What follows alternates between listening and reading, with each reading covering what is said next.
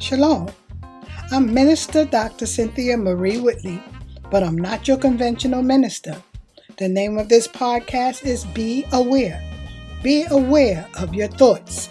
Each week, we will review self-realization tips using primarily biblical references through storytelling. We will reflect on our thoughts and become aware.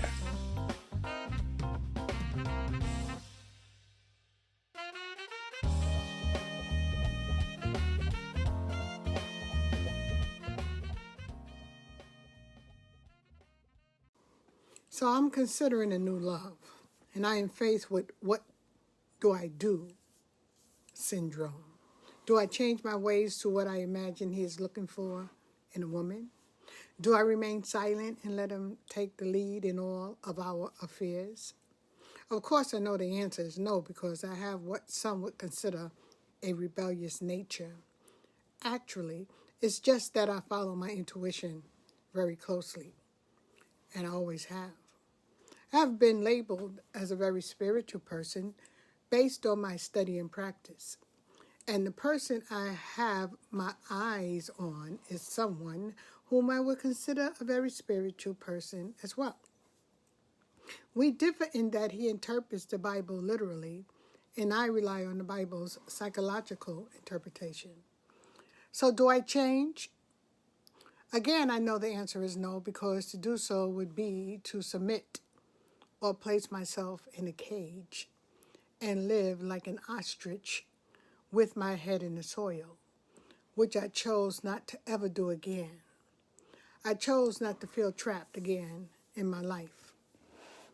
To smother and mask my emotions would be to suffocate my power, stop breathing, stifle my growth, become uncomfortable, suppress my expression and knowledge, and die.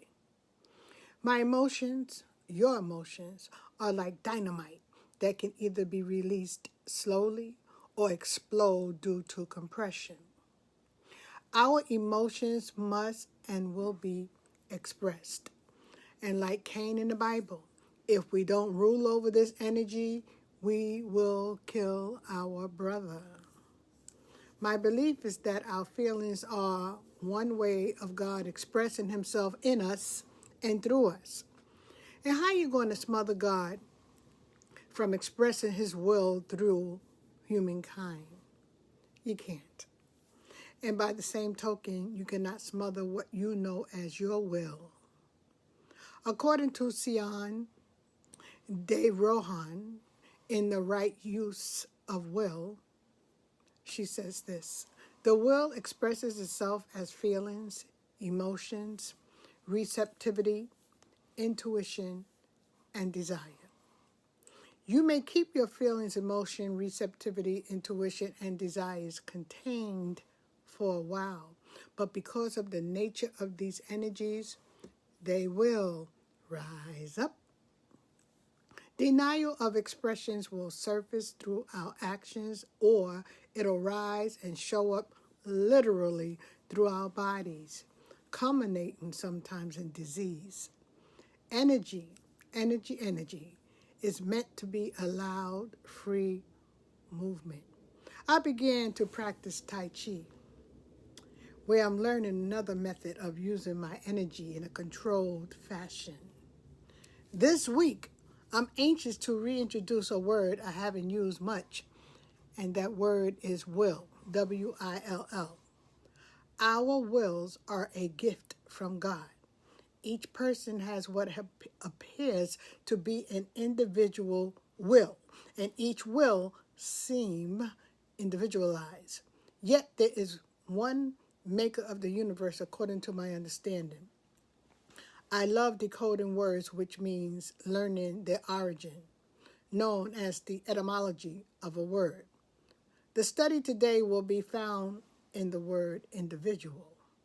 The importance of this word, or the importance of studying this word, is so that we can see that we are not divided from God and that we are to follow his lead when it comes to expressing ourselves and dealing with the power that he has entrusted us with, namely the power of emotions, often depicted as the expression of our will.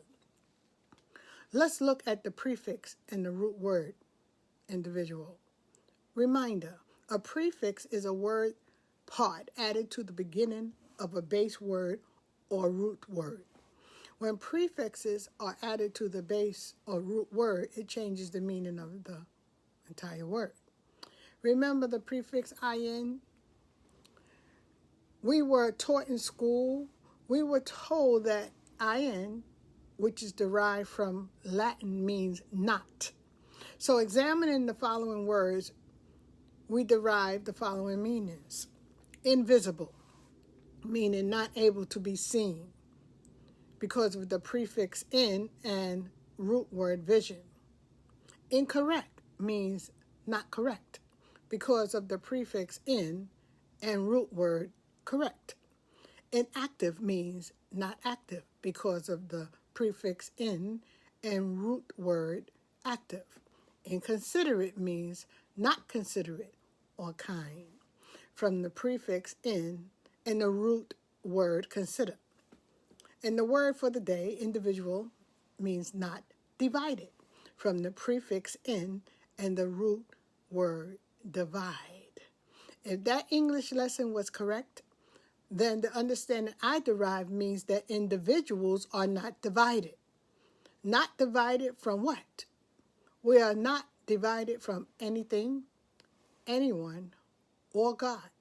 I think we have understood the meaning of the word individual incorrectly by believing and accepting that we are separate from everything and everyone on the face of the earth, even our Maker. Most times, truly not believing and not recognizing that we can't be separated from God who made us. I know this has been the case with me. Sometimes I thought I wasn't connected and God didn't hear me. Can any of us hold the entire universe in our hands? Can we keep the sun and moon in its orbit or keep the stars in the sky? Can we control the breath that keeps us alive when it goes and how long it stays? And in the words of God to Job in Job chapters 38 through 42, it says, "Who has put wisdom in the innermost being or given understanding to the mind?" Did you hear that? Who has put wisdom in the innermost being or given understanding to the mind? But God, I ask as I present these words that the words of my mouth and the meditation of my heart be acceptable in thy sight, O Lord. Correct me gently if I am wrong in what I am bringing forth. My understanding has led me to believe that just like the stars in the sky, we are focal points of the all in all, and we are not divided from anything or anyone except in how we choose to think and feel, also known as exercising our will. And most of all, we are not separated from our Maker. So I cannot submit to another person's will, and I will not force him to submit to my will. So if my partner thinks differently from me, as long as we both understand that we are connected to God and that we are all one in this great big universe, then I will remain free to express myself so that my thoughts can flourish, and I will respect his thoughts and feelings as we continue to evolve in this life. And with that I say, peace and shalom.